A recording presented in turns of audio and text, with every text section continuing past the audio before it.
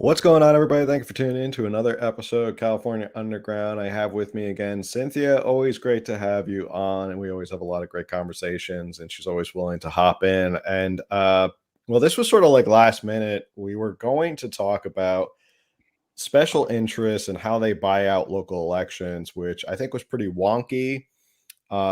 Still an interesting topic, which I think we need to get to sooner or maybe down the line a little bit. But this interview popped up because I was on Instagram and I saw Newsom posted a clip that he was on The View. And I said, oh, I got to check out this entire interview because I'm sure it's full of plenty of golden nuggets of misinformation and falsehoods that he's talking about. Um, and so I watched and I said, sure enough, there's a lot of stuff in here. It's only 7 minutes long, but there's a lot of stuff in here. And I don't watch The View, if you couldn't guess. And I don't know who, outside of Whoopi Goldberg and Joy Behar, I don't know who any of these people are. I can tell they are all far left. There's not even a conservative voice on the panel anymore. I think Meghan McCain's gone, is that she's not even on the panel. Um, and it was a softball interview for Newsom. So, um, and I have a theory as to why he's doing all this right now, but we can get to that after the video once we make it through and we can discuss that. So, but before we get in, do you have any preliminary thoughts about the video before we hop into it? No, I agree with you 100%. It was a softball interview. I think, a common consensus that I think you and I both agree with, but, for those in the audience that might not be aware, typically when you have Democrats that, you know, they have areas of opportunity to be put to the fire, they never are actually put to the fire. Mhm. They're never provoked, they're never, questioned at all. And to be honest with you, even like when we have Republican journalists in some situations, I even feel like they could push back, but I always feel like Republican politicians, they get, the most accountability, which is fine. But that's just kind of my preliminary thoughts. There's a lot to unpack too that I think we'll get into. We'll have a great conversation. So looking forward to it. Yeah. All right. Well, let's pull it up. Um, uh, and first off, I don't want to make any comments about Whoopi, but she does not look great these days. So definitely not Sister Act Whoopi, that's for sure. Which was a great movie, by the way. I liked Sister Act. I love Um, it too. so we'll just hop right in and his whole interview. So here we go. From new concerns about COVID Omicron variant to rising Omicron. crime in California, Governor Gavin Newsom has a lot on his agenda as the leader of the nation's most populous state. Here to tell us how he plans to keep people safe is Governor and author of the new children's book, Ben and Emma's Big Hit Caravan, Gavin Newsom. And whenever you have a point, just feel free to yell out, pause. He looks good. He looks good for someone. He looks a little tanner, probably from his $200,000 Cabo trip. So he looks good, well rested. Yeah. Yeah. Nice to see you. Nice to see you. Finally here in person. I know, not on Zoom. I'm over. At first, she said he looks like Pat Riley, and I thought she was referring to the American Psycho guy. And I was like, oh, that's Patrick Bateman. Pat Riley is the former Miami Heat coach. Okay. So I was like, who's, oh, Pat Riley's that guy. If you ever want to look up Pat Riley, they do look exactly alike, actually, now that he's gotten older and a little grayer. Yeah. Zoom. I'm over That Zoom. kid keeps talking, but don't put me back on Zoom school. wants My little to. 5-year-old. No No more more. Zoom school. Okay, I'm going to stop it right there. I'm just going to stop right there. It's funny that he all of a sudden is pretending that his kids were on Zoom call and that he hates Zoom. When he was doing everything by Zoom, his kids were in private school. They didn't actually do the Zoom. They were going in person as when everything was shut down. But now all of a sudden he doesn't like Zoom anymore. He doesn't want to go back to Zoom. He's over Zoom. So he's done with it as well. Yeah, we didn't even make a minute and we're like, okay, time to fact check. Yeah, Yeah. California was that's I knew this was gonna be a fun one. Yeah, California was the last state to open for live and in-person instruction. So when he makes those comments of like, I'm over Zoom school and it was bad, my whole thing is like, then why were we the last in the country to open up schools if you didn't like Zoom? And he always guides it behind like it's because of public health, and I think we could definitely elaborate more on that further on in the interview. But when he said Zoom, I was just like, the irony, the nerve. Yeah, and his the way he made it sound like, "Oh, poor me, I don't want to be on Zoom anymore." It's like, you put us on Zoom. You made everybody be on Zoom. You were the guy, like you locked everything down and forced us all to be on Zoom. And now you're like, "Oh, please, I hate Zoom. It's cool to hate on being on Zoom now, right? Because it's like politically acceptable, right? The narrative's okay." Um, which actually, side note, reminds me, I was gonna throw this in at the end as like a lighthearted note, but Jimmy Fallon released a song and a music video with Ariana Grande and Megan the Stallion, all about getting your booster. Um, and one of the whole things was like he was making fun of being on Zoom and how horrible it was. So I guess it's now like accepted to make fun of being on Zoom, when last year it was all about like everyone should just be on Zoom, everyone should just work from home.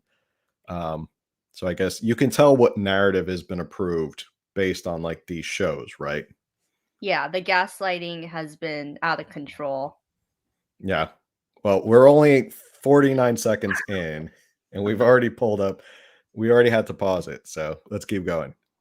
We're so tired of Yeah. that. Right? I Now, know. listen, California had the first confirmed case of Omicron, the variant, here in the U.S. Now, cases are popping up in the states across the country. We don't know what kind of threat it poses yet. So, how are you setting California up to prepare for all Or of this? just being as vigilant as we can and trying to get more people vaccinated. That's the pathway. That's the passport out of this pandemic. Woo! Get vaccinated. Woo! They must have put up an applause sign. Applaud. Woo! I Get know. vaccinated. Well, I was Sorry, go ahead. when when Whoopi said like, oh, like California had the first confirmed case of the, I don't want to share too many like keywords here online. But I was just thinking like it would be California. We would Of course be it the would be first California. to have this. And we'll get to it later, but he makes a comment about how California is always the first in the nation on everything. And well, they can add that to their resume that we were the first in the nation to get that. So Yeah. good job, California. Let's keep going. And boosting. And getting that booster, and I think we're increasingly starting to understand this may be a 3-dose It is, vaccine. yeah, right? for Omicron in and we'll move particular. beyond just the booster narrative. But look, Okay, stop right there again. The booster and everything talking about the booster. Disclaimer for the overlords: we are not scientists, we're not doctors, we're not making any medical prescription. Don't listen to us, talk to your own doctor. We're just opining about it. So now they're saying you have to get the booster to prevent against this OMG schmariant, I like to call it. There is no booster or vaccine for it yet. There's nothing specific for it yet. And so I pulled up this article. This was from NBC News, and it said Pfizer vaccine may be less effective against Omicron. Early lab data indicate. So already right off the bat, Pfizer is not as effective, according to NBC News, against Omicron. Now, of course, the CEO of Pfizer came out a couple days later and said, no, we believe it's very effective and we think you should get 3 and 4 shots, which there's no conflict of interest there for the Pfizer CEO to want you to continue to keep getting his shots in eternity. But this article talks about the protection against it. And there was something interesting at the bottom about how they don't have an Omicron. Okay, let's see. It says, this is from Dr. Paul Offit, a vaccine expert at Children's Hospital Philadelphia, talking about the drop in antibodies. And then he says that can only be answered in real world studies because when you're looking at neutralizing antibodies, you're just looking at one component of the immune system. If the study is predictive and the variant is found to evade protection provided by vaccination in real world, people should get booster shots of an Omicron specific vaccine, he said. Um, and then it goes on at the last paragraph, it says vaccine makers have also said they're developing Omicron specific shots if needed. And we're like 100 days out or less. There is no Omicron specific vaccine. There's no Omicron specific booster, yet they're pushing this idea of, like Newsom just said, the booster will provide protection against this, but we don't have a specific vaccine for it. So already right off the bat, it sounds like he's pushing this narrative that doesn't jive with the science or what's really happening with these vaccines. I know this is a touchy subject on social media, but I think it's worth calling out. I agree 100%. For me personally, I don't have an opinion about, those kinds of discussions. I err on the side of freedom. Everyone should make the best choices for themselves. So any kind of scientific talks, they go a little bit over my head. But the one thing that, I will give, my own opinion on is I always find it incredibly ironic when Newsom, errs on the side of science and promoting, you know, these kinds of methods for public health purposes. Considering like for him as governor, like California had the slowest rollout, for the V, for those that wanted it out of the entire nation, and he also disenfranchised it while President Trump was in office. And and I, ever since that came out, um, I just kind of find it ironic that he threw so much shade at like science or whatever. And now his big promotion is promoting, the shot, and the booster. So it's like his tune changed based off of that. So anything that he promotes in regards to things to kind of help slowing the spread or whatever, I can never take it seriously, because everything that he does is political. I think it's important for people to remember that. Like he never, in my personal opinion, I don't think he really cares about erring on the side of public health. I think he does things off of what's politically advantageous for himself and the Democrat Party. Mm-hmm. And erring on the side of caution, I feel like this is one thing that's very unscientific, where we don't know much about it yet. We've been, it's been what, about a week, and last week was the first signs of it, and the stock market had a huge dip, and everyone was freaking out over it. Now I feel like this week we've got like more data, and people are looking at what's going on. In South Africa, where it originated, they haven't seen a huge spike in deaths. They haven't seen a huge spike in hospitalizations. And so they're kind of like putting the cart before the horse, where they don't really know much about this variant, but they're already prescribing what you need to do to this variant to protect yourself against this variant, when they're not sure whether it does or does not, or whether it's specific, whether it evades it. And to me, that seems very unscientific, to just kind of say, well, just go ahead and just do it. And we think it will work, but we're not quite sure. So that's just my thoughts on that. And of course, that's the approved line right now is get your booster, keep getting shots. Again, Jimmy Fallon came out with a whole music video specifically targeted at getting your booster. So that's the new line. And I think it's funny that he said this is once we get past the booster, that will be it. We'll be done with. He's predicting. Is a bold prediction for a Democrat like Gavin Newsom, that once we're done with the booster and everyone gets the booster, we'll be done with COVID. Do you think he's right, or do you think he's just blowing smoke? Like why would he say something like that? He's 100% just blowing smoke. I think 2020 should have instilled, and I don't encourage it, but I know I had trust issues because I felt like even today, this year in 2021, it's almost done. But ever since 2020, I feel like every single day we were at the mercy of different rules and different changes. And it grew to the point where it was kind of a little bit inexcusable. Like, I got over the guise of like, oh, like we're in this together and we don't know much. Like I felt like they lost that credibility and they lost that excuse to be able to throw out those notions. Because I genuinely believe, I think they know what they're doing. I think that if you had a hard stance and if you had an agenda in that regard, you would be strong about it. So in my opinion, I think he's blowing smoke and he wants us to drag on as long as possible because it's politically advantageous for him. Because otherwise, if he wasn't in this position, like there wouldn't be much use for him. There weren't people that knew much about Gavin Newsom until 2020, which I think is probably a good thing. It's probably a good thing we don't know too much about your governor. You should know who your governor is, but you shouldn't know too much in the sense if you're someone that believes in limited government in that sense. But for him, like this was a great area of opportunity. The COVID era was a great area of opportunity for him to get publicity. He's on The View right now, and but that's just my take. Yeah, and it's he's again, I feel like he's done this a lot. A lot of politicians do this constantly. And I think that's why you're seeing the poll numbers of people who are concerned about COVID and sort of the vigilance of people about COVID starting to wane. Like you're starting to see in public polls, COVID was the top issue for a lot of, elections or Virginia or whatever has been happening recently. But now it's gone back to it's always the economy. Like they said with Bill Clinton, it's the economy, stupid.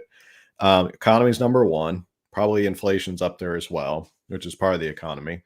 And COVID has dropped down a little bit.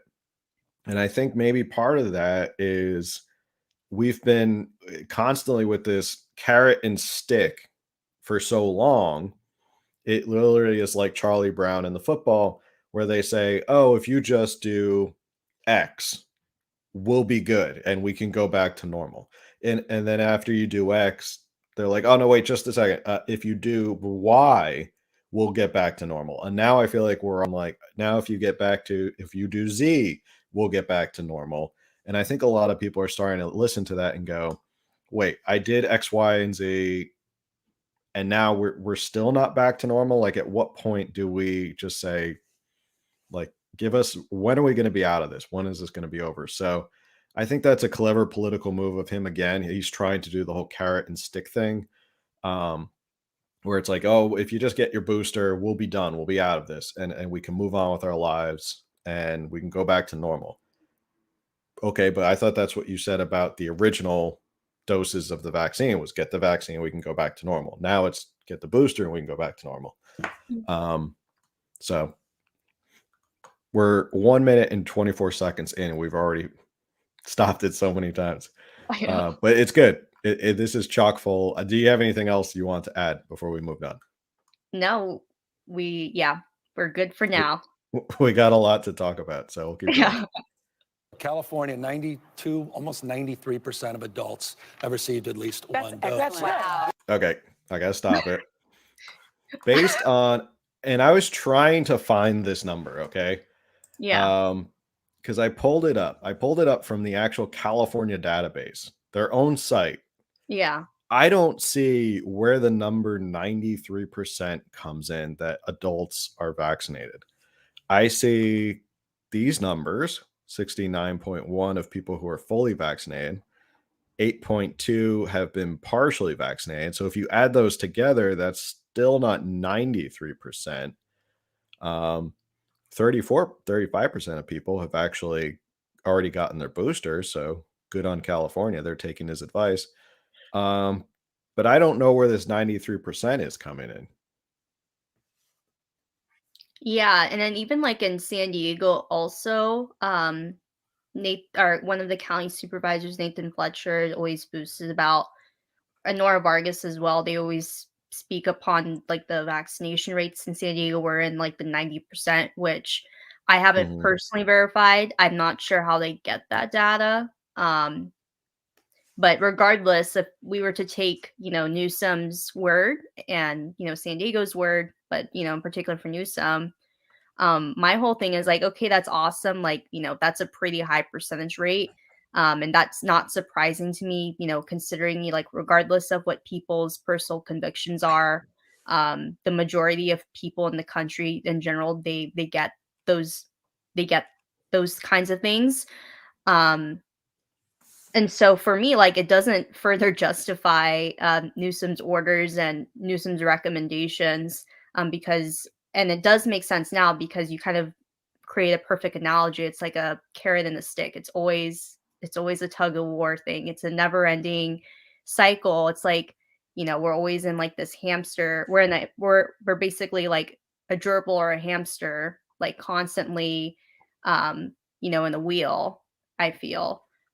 So when he touts those medical accomplishments, it doesn't. I don't think it's very encouraging. It's just kind of further justifies like why are we still doing this then? If so many people are doing what I feel they were going to do regardless, why are we still in a state of emergency? Yeah.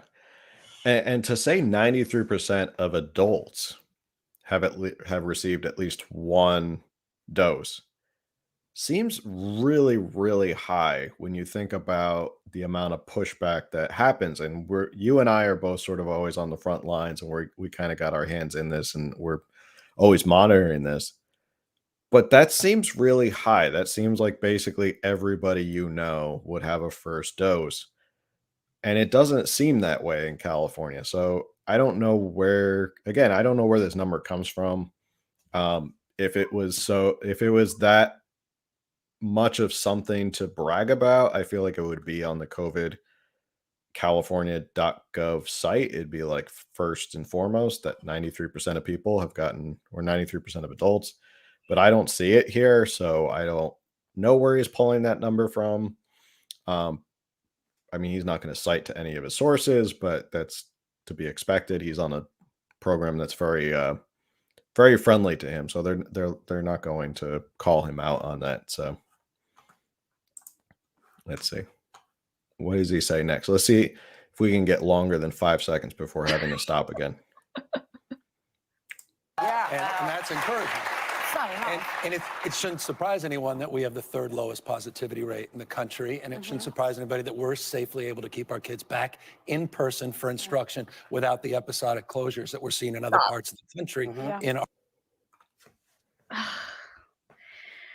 I always get so frustrated when he talks about the schools. Just a few plugs on Twitter, Facebook, Instagram. So there's a lot of great accounts for those that are interested in following. One in particular, there's this man named Jonathan Zackerson. He's the founder of Reopen California Schools. It's the biggest Facebook group, and their number one mission got started in 2020, and their goal was to reopen California schools. That started because Newsom kept shutting down the schools. And that subject is always contingent upon your county. But when he touts those kinds of things about like, oh, like we're keeping children, you know, for live instruction, it really always bothers me because I always see like these posts from different parents on Twitter and Instagram how like our children, in my personal opinion, like if I were to pick a group of people that have suffered the most, and everyone has suffered and has had consequences and different things, but if I were to pick one demographic that I think got ruined the most, it's children.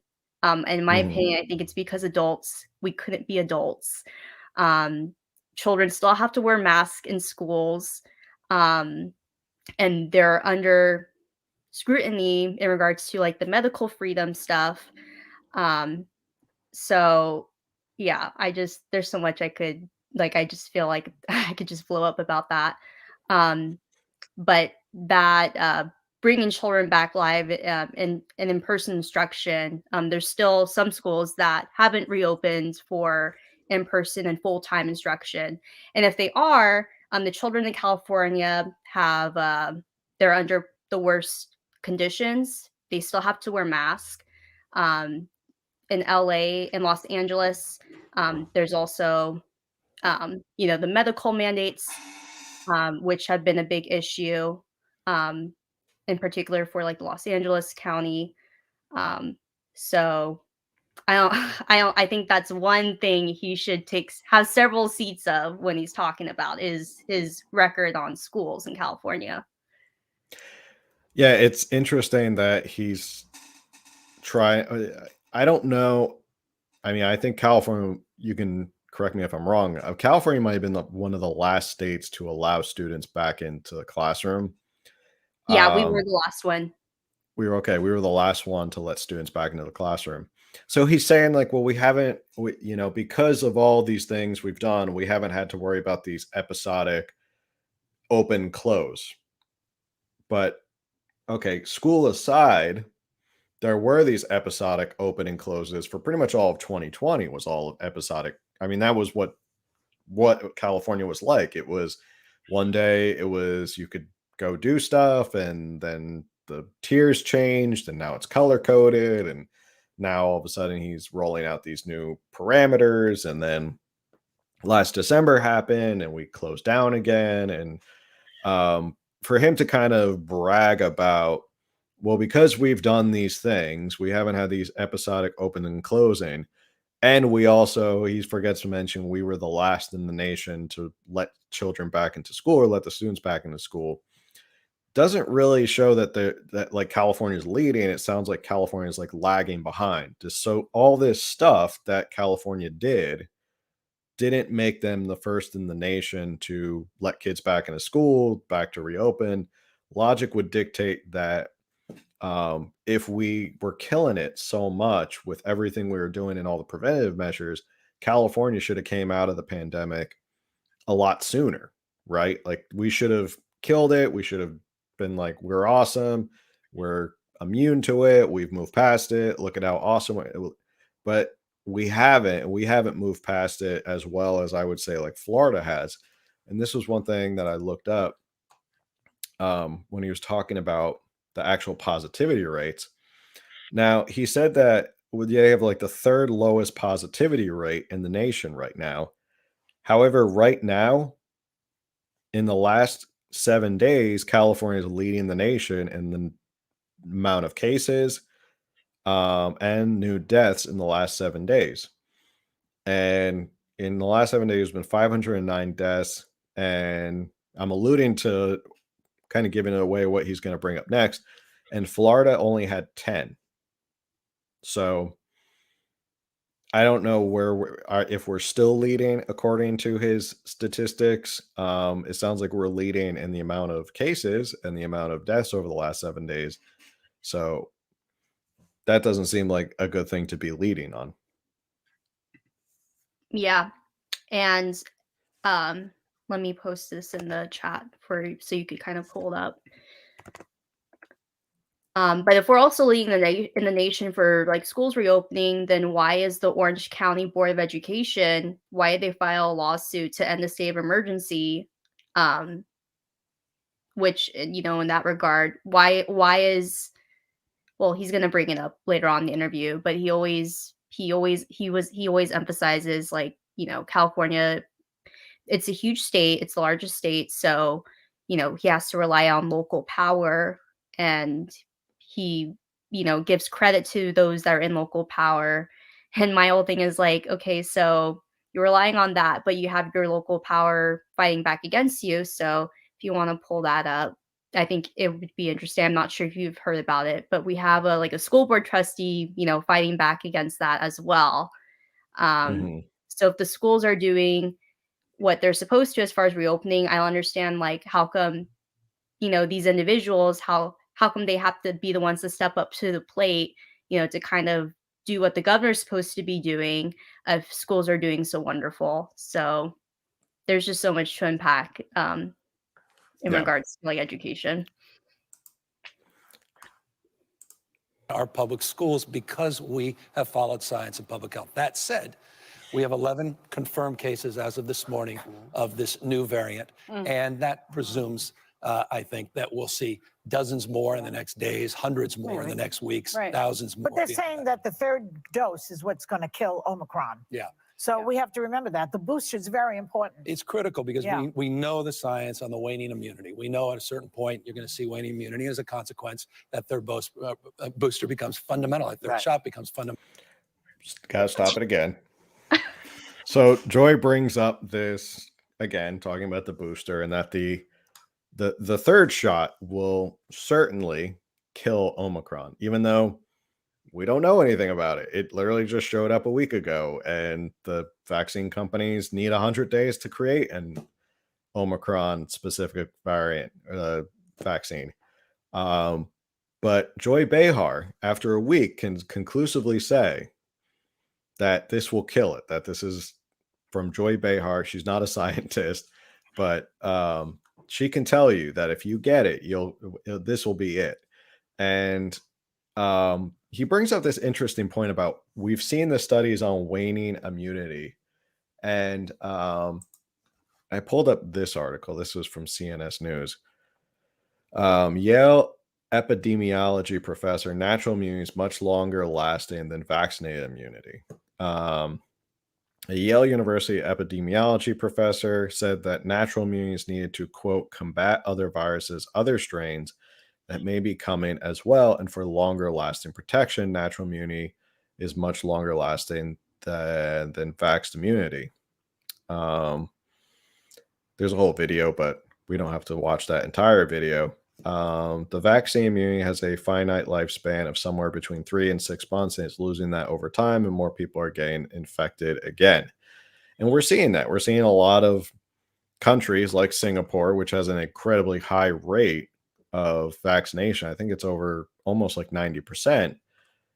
Their cases are skyrocketing again. So he is kind of right that there is waning immunity. But they don't want to talk about natural immunity. They just want to say, oh, just go out and get this booster, because we know for sure after 1 week that it's going to stop it. Yeah. But, make sure you get your scientific and medical advice from Joy Behar of The View. Fundamentally important. So look, if you haven't gotten your first shot, get your first shot. Please. That's the most important shot. Yeah. And if you haven't gotten that third shot, please do so. And that way we can get back to some normalcy. We can get back beyond this episodic closure and opening. Yeah. And I hope we'll have more science about the Again, the only person who's causing episodic open and closures is Gavin Newsom, right? Like, it's not us. We're not causing it, but he's trying to make it sound like it's everybody else's fault. I'm not the one who's causing the episodic open and closures. Yeah, it's our fault. It's our fault that we are still in the state of emergency, Bill. It is our fault. It's our fault. Even though 93% of adults have gotten their first dose and we're doing such a good job, it's still our fault. You know what? Sometimes I feel like I'm in an abusive relationship with Gavin Newsom, and nothing I do is ever good enough for him. That's what I feel like sometimes. Will never be enough for him. Never good enough for him. He has high standards. I have no idea who this lady is, but her name is Sunny. What's her name? Sunny. Sunny. Okay. She is. I think she might be as farther left than like Whoopi Goldberg, because she just absolutely despises anything conservative, and I think she brings up the point that got the most news. So let's take a listen. 12, at least 12 and up as well, because we don't know about those age groups. One thing, and I hate to belabor this, one thing we do know, and it's just interesting, there's so much attention that's been given to Florida as of late. And I don't mean this as a cheap shot, but it's interesting. Since the beginning of this pandemic, 53% more deaths per capita in the state of Florida. 53% more in the state of Florida compared to California. Well, thank you for saying that. I just think it's an important point, because that's not brought up on a lot of networks in this country. And it surrounds. Okay, gotta stop. It's That not man brought opened up a on. can of worms. Talk about Florida. It's not brought up on any network. Are you kidding me?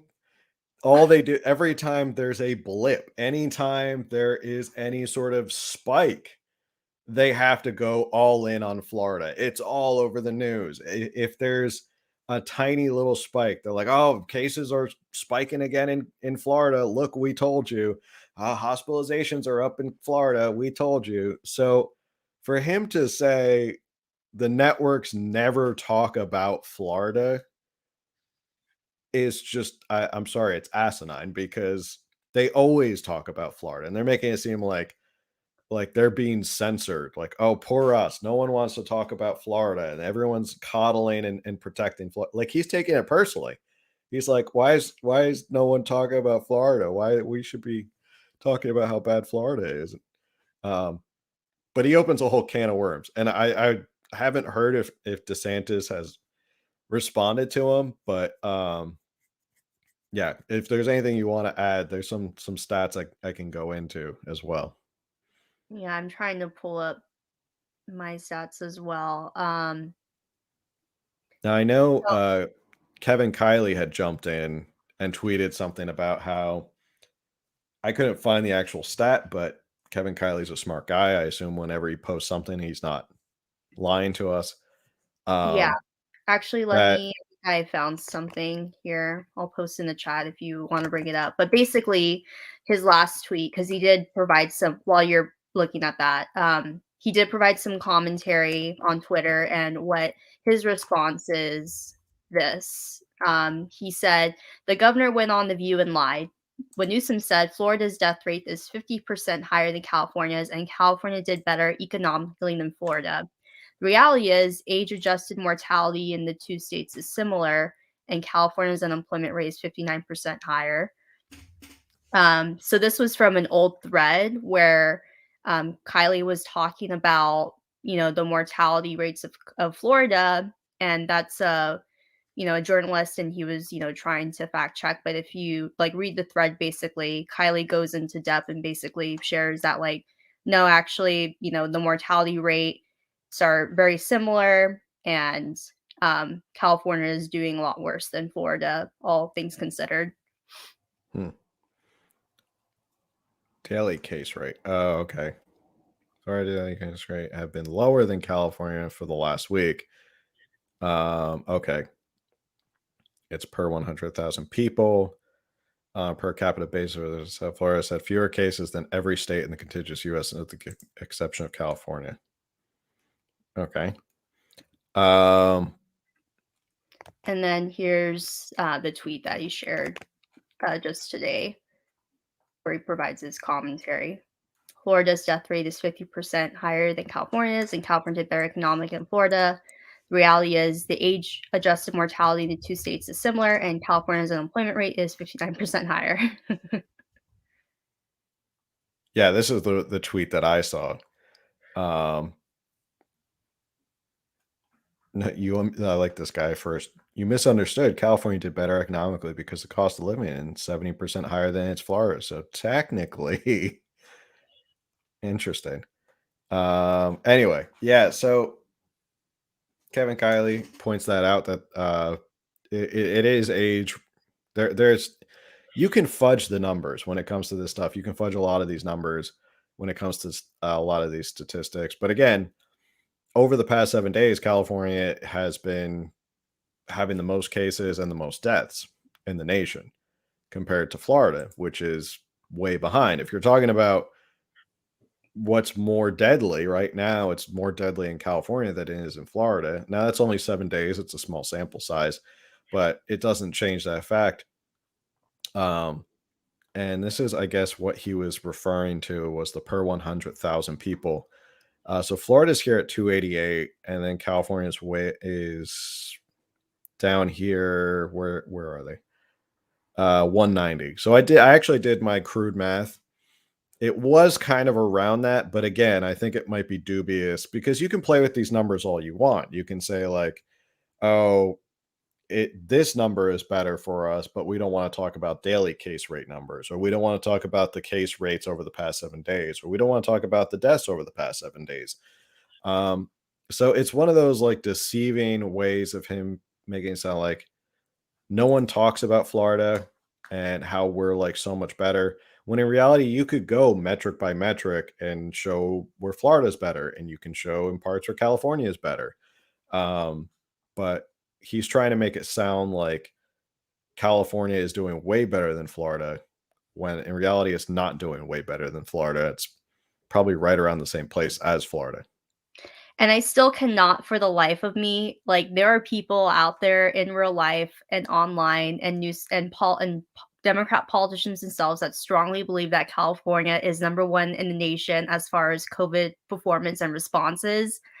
Mhm. And it's like they don't realize that there's people that are actually fleeing California for Florida. We lost a congressional seat because of the census data, because we had a decrease in population. Like, it still boggles my mind, like, why people pick on Florida.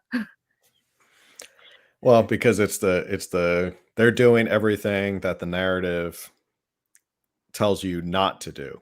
You know, they're doing everything that you're not supposed to do, and they're doing well, and they're doing better than a lot of people expected. I mean, they were expecting, people would be dying in the streets, there'd be mass chaos, it would just be zombie land in Florida, but they're thriving, they're doing well, and their numbers are comparable to a lot of other states who are locked down, better than New York, which has been basically locked down, and its one major city is basically locked down with vaccine passports and all that. So they pile on Florida because it's against the narrative, and they want to hold up California as the example. They want to be like, this is the way, follow California, this is the way to follow the science. And that's why they're probably more than happy to have Newsom on and talk about all this stuff, because they can hold up California and say, this is the way, this is how we do it. When in reality, I mean, it's all over the place. COVID, it's will be people will be researching this for decades to come, and the responses and how we handled this and what we did right and what we did wrong and what states did better and why did some states do better. Um, but it's interesting. This is his first dig at Florida. And again, this goes into my theory that I'll get into after we watch the video. But this was what sort of went viral, was his dig on Florida. So we'll keep going. We're only at 3 minutes, so we've already We're not even stopped it. halfway Like, there. we're not even halfway through. And there's plenty more, and we're gonna get off the COVID train in a little bit and switch topics based on actually a question that comes from Joy Behar, which is surprising. Sound. No. The misinformation Yeah. that's been perpetuated by folks that somehow freedom Yeah. from, and I just think that's important. Those states that have followed the science, those states that have encouraged and increased boosters and vaccinations have outperformed, and not just health from a health perspective, but economically. Yeah. Yeah. The state of California. Again, he's trying to say we're the example and we've outperformed, which if you go metric for metric, you haven't outperformed in a lot of areas. But they want to say that California has done much better, and this is the example. And economically, I haven't looked into the economic data of why California might be doing better. So I can't comment on that, but it's hard to believe California is doing economically better when we were basically locked down for an entire year, and we probably lost how many businesses and jobs, but you know. Yeah. I mean, we have a 59% unemployment rate, higher than Florida. Our EDD program has fraud. We have a $31 billion surplus. Mhm. So we definitely don't have like a revenue problem for California. It's definitely a spending problem though. But all things considered, our economy is not doing well, and it hasn't been doing well for a while at all. So Yeah. I do like the if you watch, for the audio listeners who are tuning in, you can't watch the video or see what we're pointing out. He did pick up the mannerisms of Obama, if you noticed, with the finger and the way he uses his hands, and he's always pointing out. And Obama used to do the finger all the time, where it's like, "Oh, listen here, we all need free healthcare." Okay, okay. So he's got the hands, he's got the political hands down, almost too much, because he's like all over the place with the hands. yeah. But we'll keep going. They did better economically than Yes. Florida and Texas and Indiana and the U.S. as a whole. And I say that not to impress, but to impress upon you. They go hand in hand, and we have to move beyond Thank that you for debate. saying that. Absolutely. Well, we say that a lot on this show, especially because of the governor of Florida doesn't seem to be following the science. Well, New York City Mayor. I mean, that's a nice dig to say the governor of Florida is not following the science. He's not following your science. Yeah. Can we just he's not following your science. He's not a member, a weekly church going member of the Church of Fauciism. He doesn't subscribe to your type of science. So he's had these panels where like medical doctors will come on and discuss this stuff, but he got booted off YouTube for trying to discuss this stuff in person. So it's just not your science. Whatever your name is, Sunny, that's her name. Yeah. It's just not your science. That's what they have to. They need to be more specific. So Yeah. Bill de Blasio is following the science, and he just announced. Okay, I'm sorry. Bill de Blasio. That's going to be your example, is Bill de Blasio is following the science. Oh, Wilhelm von Heim, or whatever his real name is in the last couple weeks of his mayorship in New York City. His reign of terror will be over soon. I heard the new guy is more moderate. He used to be an NYPD officer, so he's not going to be all defund the police and all that stuff. He's not a commie, which Bill de Blasio was a self-professed commie. They're saying he's following the science. That's a whole different issue about New York City and how this guy just throws out mandates. Left his mandate recently, and this is what I think I just pulled up. This was the one that she's going to talk about, the vaccine mandate, which was already blocked by a judge. Mm-hmm. Like it was issued and blocked within 24 hours because he was trying to mandate for private businesses. Now, we almost had that here in California, but thankfully a lot of people pushed back on it and it didn't pass. I would fully suspect by January in the new legislative session, they're going to try and do it again, right? Yeah, they definitely will. Yeah, it's only because they got a massive amount of pushback this time that they kind of backed off of it. But I definitely think and Newsom probably wasn't going to sign it right before his recall. Yeah. That was the other thing. So I would fully suspect. But Bill de Blasio following the science. Right. All those people packed on the subway is not doing anything to spread COVID through New York City. Follow the science. All right, we'll keep going. Sweeping new vaccine mandates for all private businesses Which and has for been all blocked. kids over 5 eating indoors as what he calls a preemptive strike on Omicron. Would you consider something? All right, got to stop it again. This is what worries me. I think this worries a lot of people. This idea of a preemptive strike on Omicron. Again, we don't know anything about it. We don't know a lot about it, yet we're already starting these preemptive strikes on diseases and illnesses we know little to nothing about. That should scare the pants off people that the government is like, we're going to preemptively strike against something we know nothing about, and we're going to take away your rights as a result of it. But it's a preemptive strike and it's for your good. That should terrify a lot of people. It doesn't terrify Sonny, who thinks that Bill de Blasio is following the science. But her saying that it's a preempt, or Bill de Blasio saying it's a preemptive strike, should scare the pants off people that this is sort of the way politicians have been going. I agree 100%. I think it's definitely pretty astounding that is like the first like reaction, or the first thing that they think of is like, oh, how can we stop life from being normal when we have this small threat? Yeah. And it's always like the most drastic measures, like, oh, like let's figure out a way to prevent people from living their life. Let's prevent people from going into a store. Let's prevent kids from going to schools. Like, it's always like the most drastic thing that you could possibly imagine, and it's based off of data and speculation. Mhm. Like, it just boggles my mind.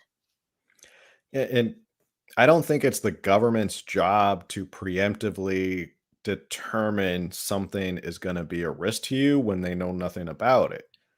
Um, I think that's way too much foresight for the government to believe that they have to intervene into your life and go, we're going to, based on nothing really but speculation, we're just going to intervene in your life and we're going to tell you that this is going to save you. Um, when you don't know nothing about it. So that to me is scary. And I think people who laud politicians like that, who are doing these preemptive strikes on stuff we know nothing about, is scary. But she's a well-to-do. I assume she's doing pretty well. She's on The View, so she doesn't really care. Her job's not going to stop if they shut everything down. She's not going to lose her job over it. She'll just keep going on The View, right? Yeah, her life hasn't been impacted, Yeah, and it won't. So why does it matter to her, right? exactly.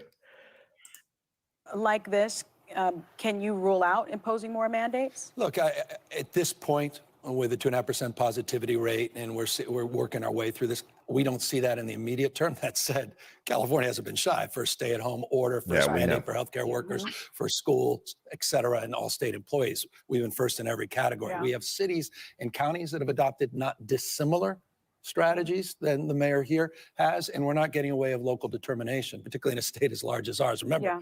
California is the size of 21 states in Yeah. America combined.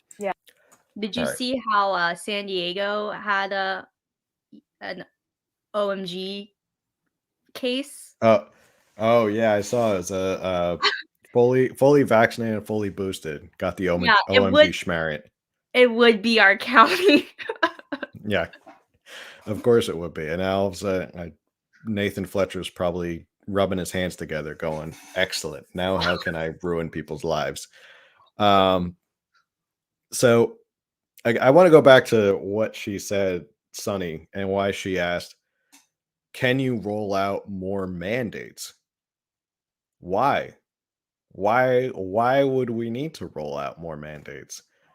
He just laid out for the first 3 or 4 minutes of this interview how well California is doing. Yeah. Why would we need more mandates? If we're doing so well and everything's working, there's no reason for more mandates. Um, and I was kind of like, when the first time I watched this, and he was like, well, we're at 2 point whatever positivity rate, we're doing really well.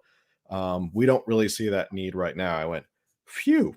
And then all of a sudden he pivots and goes, but with that said, we've been the first to do stuff and we're not shy about doing stuff, and we'll be the first to do this, that. And I'm like, oh man, he's just itching to get like mandates again. Yeah. I mean, I won't be Although surprised.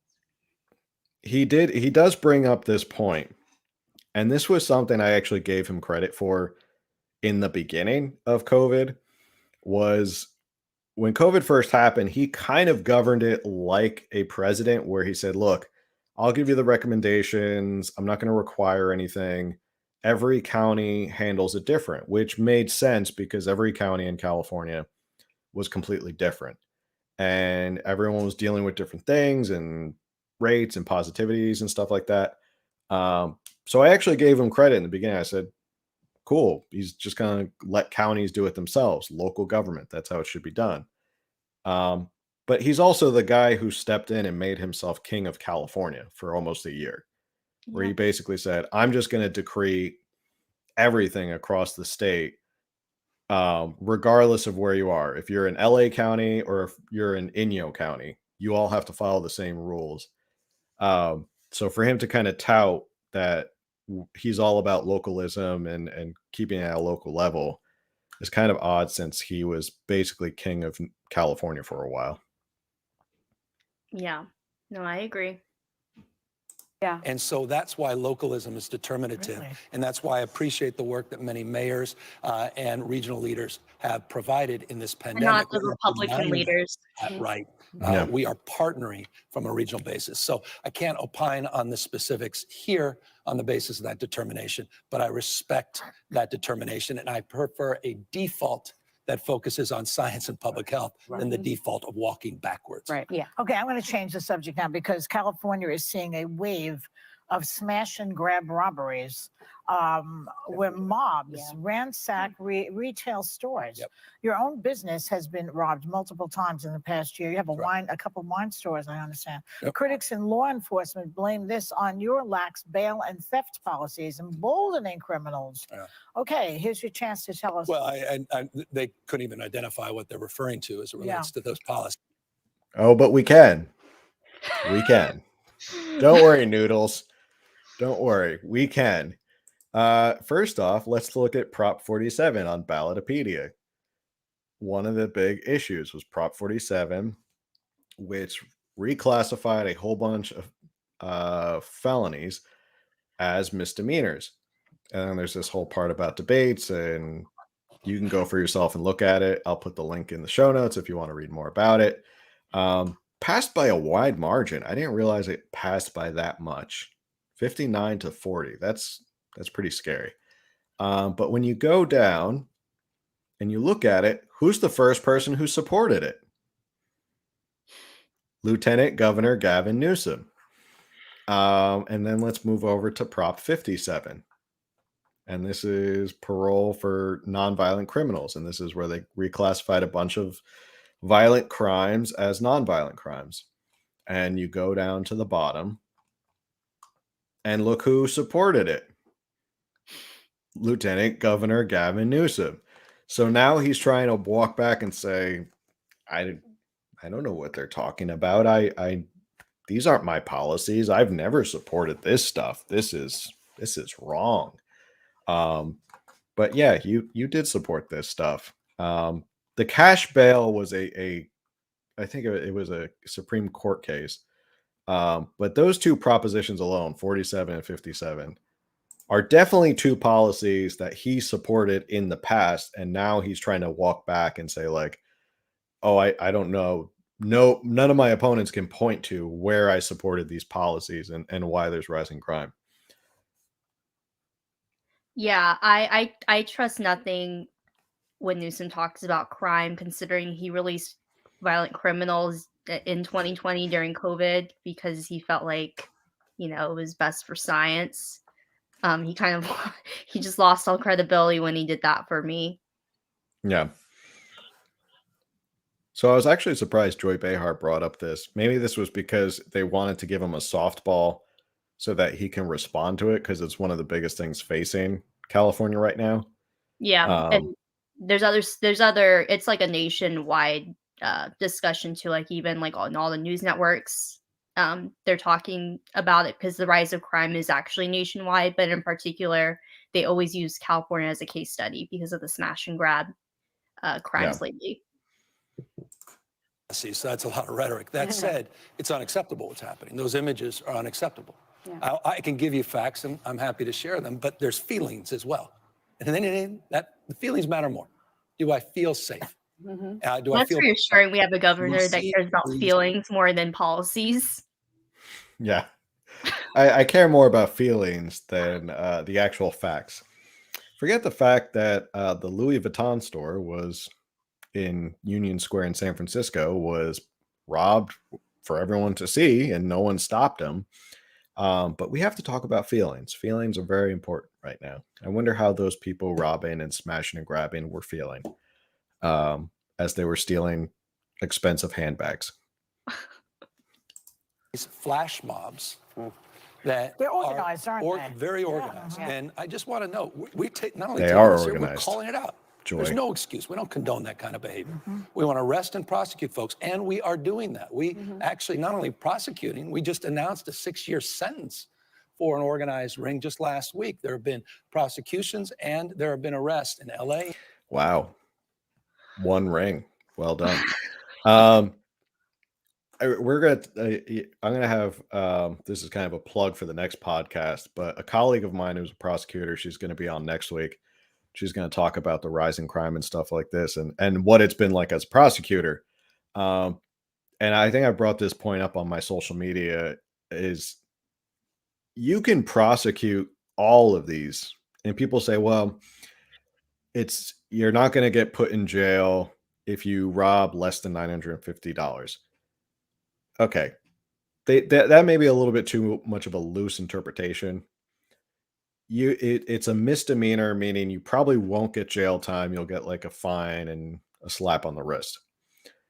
So even if you prosecute all of these criminals who are walking in, and we're not just talking about the smash and grabs, we're talking about the people who walk into the CVS in San Francisco or the Walgreens that you see, who just fill up a cart and just walk out. Even if you prosecute that guy, it's still a misdemeanor. He's still going to be back out, and he's probably not going to show up to court ever again because he doesn't really care. And he's still back out on the streets. So that it doesn't matter. You could spend all day and all night prosecuting these low level offenses, clogging up the court system. Doesn't change the fact that the laws are bad. So I'm sure we'll talk about that more next week when my colleague comes on. But that's the point I want to make, is that he's trying to say, well, we're prosecuting and we're arresting. But most of those people, when it comes to this stuff, will probably be back out on the street very soon. In San Francisco, and we recognize we have to do more and better, but it's not unique to California. You've seen in Chicago, Minnesota, but also this is not unique. Property crime has gone up in many, many states, red states, not just blue states. Violent crime and property crime, for example, is higher in Texas than it is in California. I don't see that on Fox News. Why do you think it is? You won't see that there. In 39 states, and this is interesting and important. You won't see that 39 there. states did what California did since 2000, and that's raised this felony threshold, which is what they're pointing to as the cause. Even though we did it in 2014, and crime decreased in 15, and 16, and 17, and 18, and 19. So there's a convenience, there's a politics that's being played here, but the facts suggest this is something else and different. But if they and that's sit- why Well, we're getting Hold on, because I know you have All this right. question, and I just want to say it must really piss people off that you actually maintained your job. It does. I mean, Whoopi's right. It did piss off a lot of people that he maintained his job. Yeah. I'll get to, okay, now that the video's over, I want to get to my theory. They bring it up, and there's another video where they talk about his book, all about dyslexia and everything like that. And Joy asks him at the end, so are you running for president? That's an odd question for Joy Behar, currently on The View, with how many, I don't know, tens of thousands of viewers. I'm going to say tens of thousands because I don't know how many people watch The View. I don't think it's in the millions. It's interesting for her to ask, are you going to run for president? When are you assuming that Biden's not running for president? Because you would assume he's running in 2024, and that Newsom would have to wait until what, 2028? That's a long time away. Why would you ask him if he's running for president right now? Yeah. So I think that my theory, this is my tinfoil hat theory. This book tour is not only just a book tour, it is a test run for Newsom as a presidential candidate for 2024.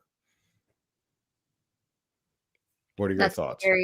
That's a very plausible theory. I definitely, if it were to happen, I would not be surprised. It was definitely like there was always some kind of like talks amongst politicians in Sacramento and, amongst the people too, that the COVID era was basically a chance for Gavin to really change the way California is, and, kind of like his chance with all these press conferences to get national recognition. So, there was no denying that, like, if you were to put on your tinfoil hat, like, he was planting the seeds. So I definitely agree with your theory. I won't be surprised if that were to happen.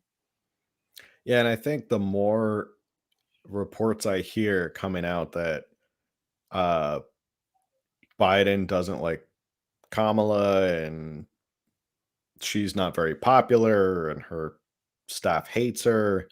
I always thought it was going to be Biden was he was the Trojan horse to get Kamala in office, and then they would do the switcheroo and get Kamala in as vice president. Like Joe would step down after a while. But now it's appearing like they just don't like each other, which makes me believe that they're really not going to give it up to Kamala. Um, and Joe may step aside in 2024 and allow for someone like Gavin Newsom to run. And I think that or Gavin Newsom just sees the writing on the wall and he sees how unpopular Biden and Kamala are right now. And he figures if I can get out there on a national stage, I can raise my national profile. I can do all these shows. I can get out there and be front and center in front of the country. And I can gauge how people like me. I can gauge the reaction to it. So he might be doing this on his own because he might see the writing on the wall of how unpopular Biden is. And he's just trying to put it out there as to whether he can be president in 2024. No, I agree. And I think it's important for, the viewers to like recognize too, like, we're Republicans and, we're conservatives for the most part, but like, so obviously on our side, we're going to analyze things from our perspective of what's going to benefit our side. But on the Democrat side too, they have their own, viewpoints and they have their own like echo chamber as well. If there was anyone that was following like other races in other states as well. Beto O'Rourke, who's running for governor in Texas, like he in interviews have even mentioned that like he's trying to hammer down the point that like he doesn't want Biden to be a part of his campaign. He wants it to focus on the people of Texas. So it's like all the Democrats know like how popular this administration is and are trying to figure out their own moves and strategies of what's benefiting them. Yeah.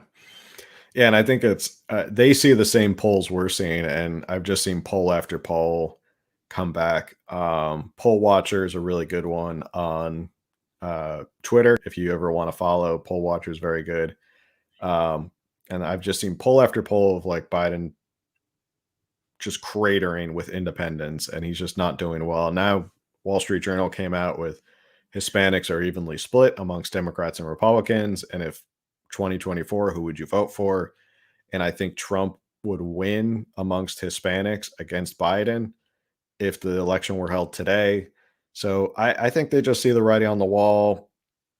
He might just say, I'm just going to, why not? Why not just go out there? But that's my tinfoil hat theory as to the point of this book tour was not just for the book, it was for him as a potential 2024 candidate.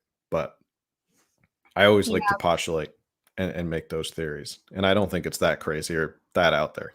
Because we all know he's had higher aspirations ever since he was mayor of San Francisco. He's always had higher aspirations. No, agreed. And I think because he's not doing the press conferences anymore, this is his chance to shine. Yeah, and he's been gone. I mean, he looks, like I said, well relaxed and tan from his $200,000 trip to Cabo, staying at a Russian oligarch's house. Anyway, that's for another time. All right, we got about an hour and 10, so we definitely got a lot out of a 7-minute interview with Gavin Newsom. We got almost an hour of discussion out of it. So we'll wrap it up here. But any final thoughts? Where can people find you? Stuff like that. Time, plug away your social media where people can find you and follow more of your thoughts. Sure. So if anyone wants to keep in touch and follow along on Instagram, you could follow me at Cynthia Cowie. So CYNTHIA. And then my last name is Cowie. It's like Maui, but with a K. So it's KAUI. You can follow me on Instagram. You can also find me on Twitter, where I'm most active in regards to politics. And then I'm a volunteer for Californians for School Choice, where we are working hard to get a ballot initiative for November 2022, so we can get school choice in California. So if people are interested in looking at that, the website is californiaschoolchoice.org. And we have a San Diego County chapter Instagram. So if you're interested in following along there, it's on Instagram, School Choice San Diego. But other than that, thank you, Phil, for having me on. And whenever you want me back, just let me know. Great. And everyone who's following or listening, every Wednesday morning, 9 a.m., Coffee and California Politics over on Instagram. And we do this weekly podcast over here on YouTube. And you follow on Instagram, Twitter, all that stuff for California Underground. And yeah, that's it. Thanks for tuning in, everybody. And we'll see you on the next one. Later.